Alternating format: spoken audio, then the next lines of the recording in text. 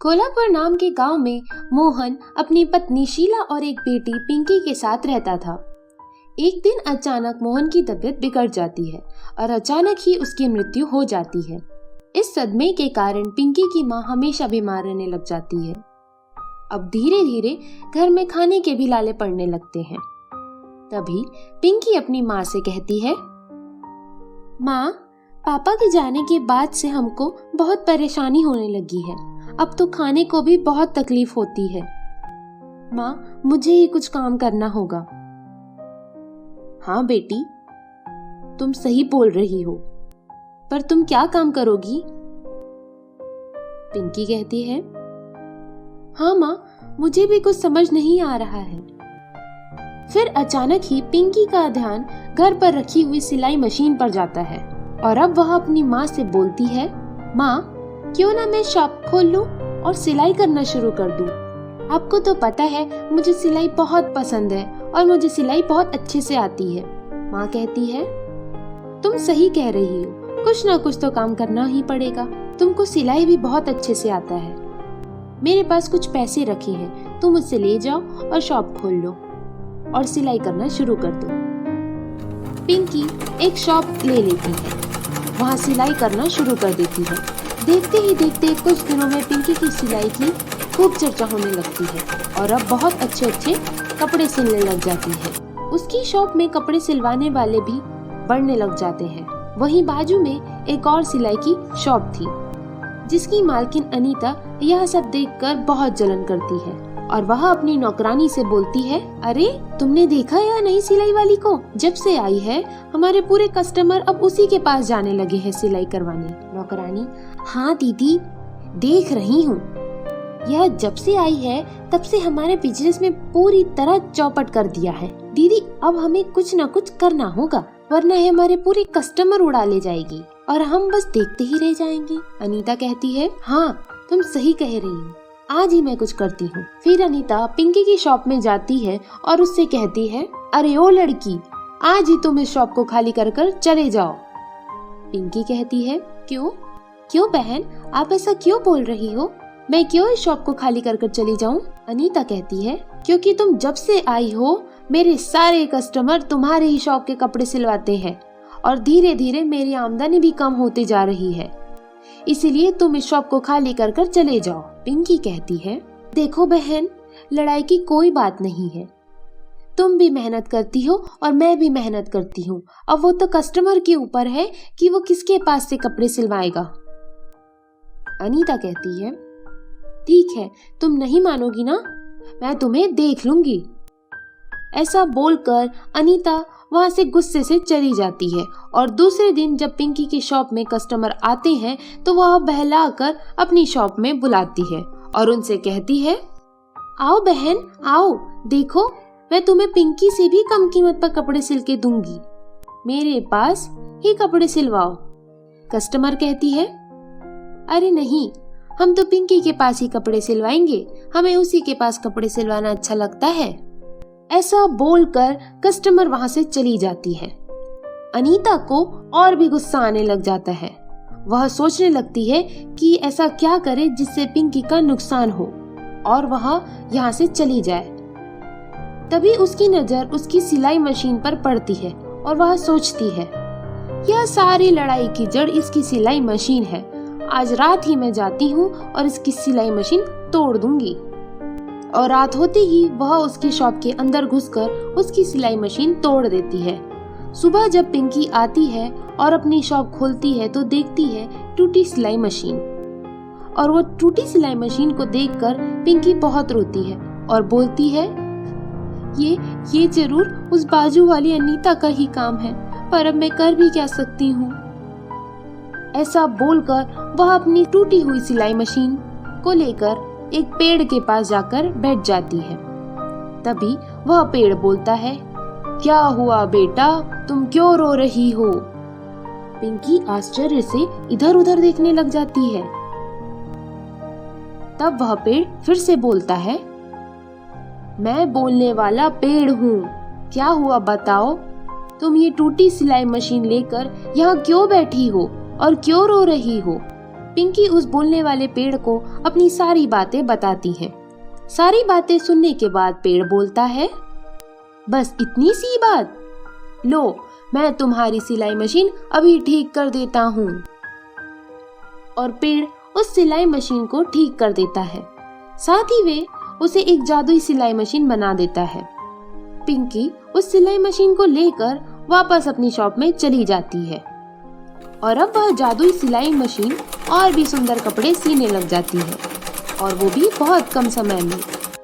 अनीता यह सब देखकर बोलती है, यह तो और भी सुंदर कपड़े सिलने लगी है, अब मैं इसकी सिलाई मशीन ही चुरा लूंगी।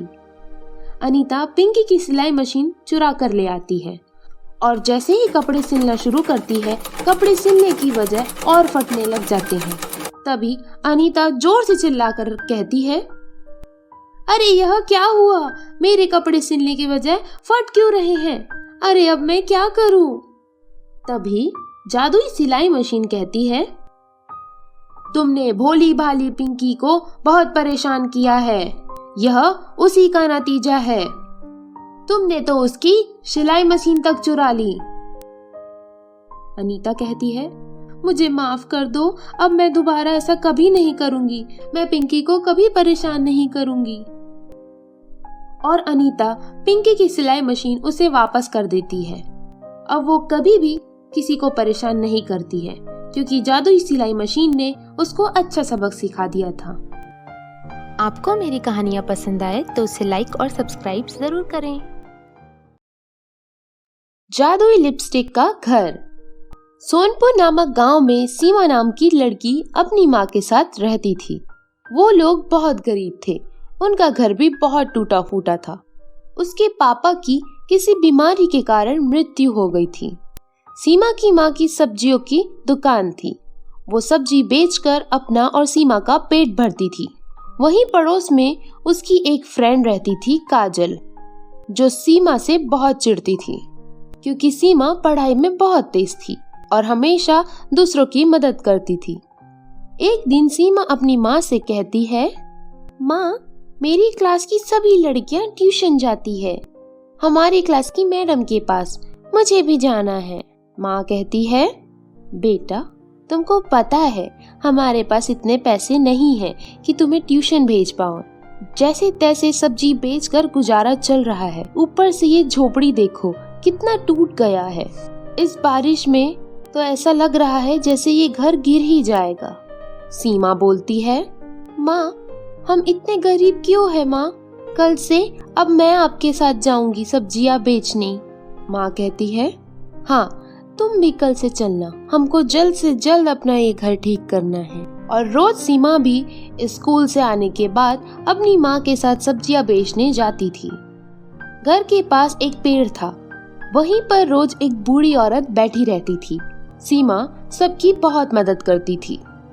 वो बूढ़ी औरत को भी रोज कुछ न कुछ खाने को दे देती थी।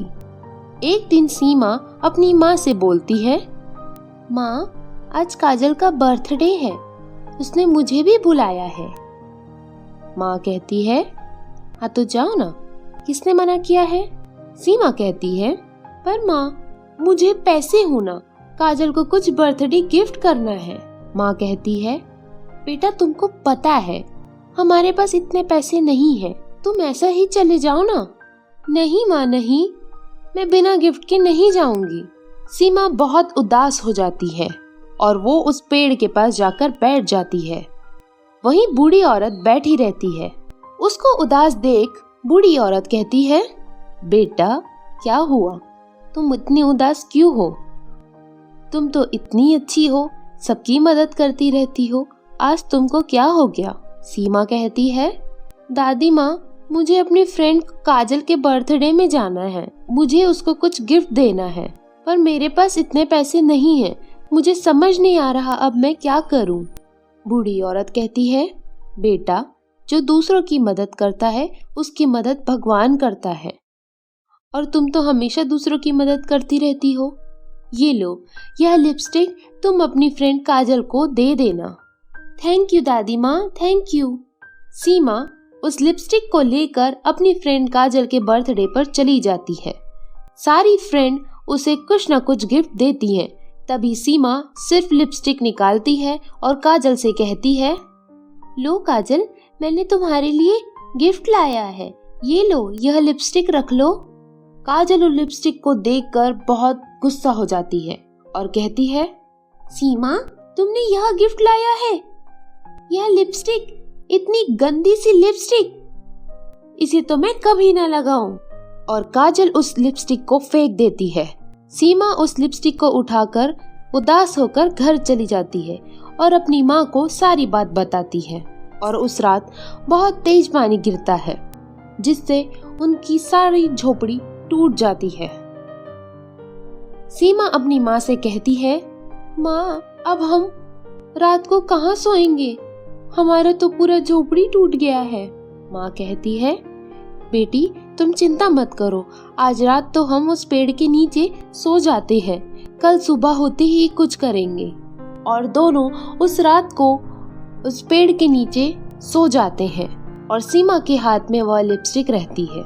जब सुबह उठकर दोनों देखते हैं तो उसकी झोपड़ी की जगह एक सुंदर सी लिपस्टिक का घर बन जाता है। सीमा जोर से चिल्लाकर अपनी माँ से कहती है, देखो माँ, हमारी झोपड़ी की जगह कितनी सुंदर लिपस्टिक का घर आ गया है, देखो। माँ कहती है, हाँ बेटा, यह तो हमारा ही लिपस्टिक का घर है, आओ अंदर चलो। दोनों अंदर चली जाती हैं और वहां जाकर जब घर को देखती है तो बहुत आश्चर्य हो जाती हैं, क्योंकि वहां उनके लिए सारी सुविधाएं रहती हैं। और वहीं पास ही पर बूढ़ी औरत खड़ी रहती है। उसे देखकर सीमा कहती है, दादी माँ, आप यहाँ कैसे? वह बूढ़ी औरत एक सुंदर परी के रूप में बदल जाती है और वह सीमा से कहती है, बेटा, यह लिपस्टिक का घर तुम्हारे ही लिए है, तुम हमेशा दूसरों की मदद करती थी ना, यह उसी का फल है।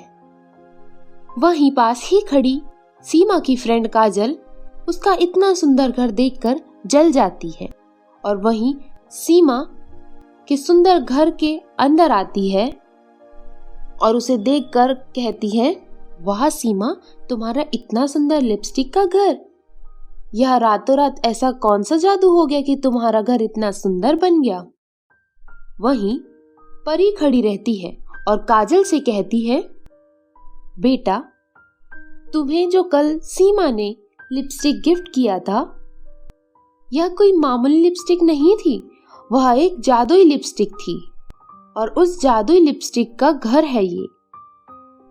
काजल को यह सुनकर बहुत बुरा लगता है और वह उस परी से कहती है, सॉरी परी रानी, आज के बाद मैं कभी भी किसी का अपमान नहीं करूंगी और ना ही किसी का दिल दुखाऊंगी। अब मैं भी सीमा की तरह बहुत अच्छी लड़की बनूंगी और किसी से भी जलन नहीं करूंगी। और इस तरह से सीमा और उसकी माँ को उनकी अच्छाइयों का फल रानी परी आके दे देती है। काजल अब कभी किसी को बुरा नहीं बोलती और ना ही किसी का अपमान करती है। आपको मेरी कहानियाँ पसंद आए तो उसे लाइक और सब्सक्राइब जरूर करें।